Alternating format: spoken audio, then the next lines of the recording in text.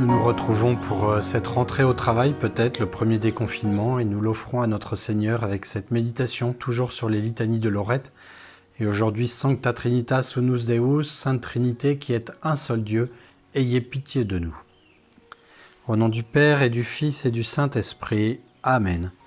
Viens, Esprit Saint, emplis le cœur de tes fidèles, et il se fera une création nouvelle, et vous renouvellerez la face de la terre. Sans votre assistance, il n'est rien dans l'homme, il n'est rien d'innocent. Lavez ce qui est souillé, arrosez ce qui est aride, guérissez ce qui est blessé, ployez ce qui est rigide, réchauffez ce qui est froid, guidez ce qui a dévié. Donnez à vos fidèles qui se confient en vous les 7 dons sacrés.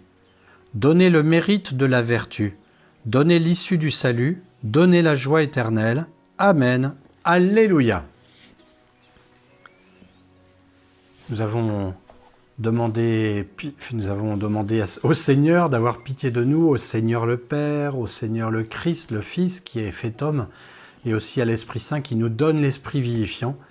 Et maintenant, pour signifier qu'il n'y a bien qu'un seul Dieu en tout cela, que chacune de ces personnes font partie d'un seul Dieu, partagent une même divinité, eh bien nous disons Sancta Trinitas Unus Deus, Sainte Trinité qui êtes un seul Dieu, ayez pitié de nous. Parce que si nous pouvons distinguer en nous différentes parties, notre esprit, notre âme, notre affection, notre sensibilité, nos facultés, l'intelligence, l'amour, il n'empêche que nous ne sommes qu'une seule personne humaine, et à travers les 3 personnes divines, il y a bien aussi qu'un seul Dieu.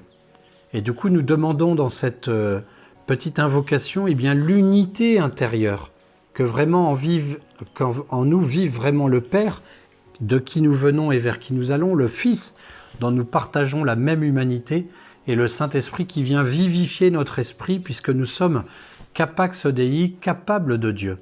Et donc de chercher avec le Seigneur, après le péché, à refaire l'unité en nous.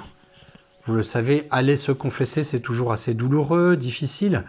Et lorsque nous sortons, même si nous n'avons rien dit à personne, nous n'avons demandé pardon à personne, nous avons l'impression d'être réconciliés avec tous. Nous voyons le monde avec un regard nouveau et notre âme elle-même est reconstruite et nous nous aimons d'un amour particulier. Parce que le Seigneur a refait l'unité en nous. La Sainte Trinité a mis toute sa puissance, toute sa nature divine en nous. Et du coup, nous nous retrouvons et nous sommes vraiment accomplis. Eh bien, aujourd'hui, nous chercherons comme effort ce lundi, et surtout en reprenant peut-être le travail, en remettant peut-être nos enfants à l'école, en reprenant un rythme normal, de chercher à avoir cette unité de vie, dans ses horaires, de faire les choses à temps, au bon moment, avec la puissance d'amour que nous donnons à Dieu, et aussi bien sûr avec le sens du prochain, et en profitant du sens du temps aussi, pour arrêter de courir comme nous le faisions avant, et de nous sentir tiraillés et du coup divisés.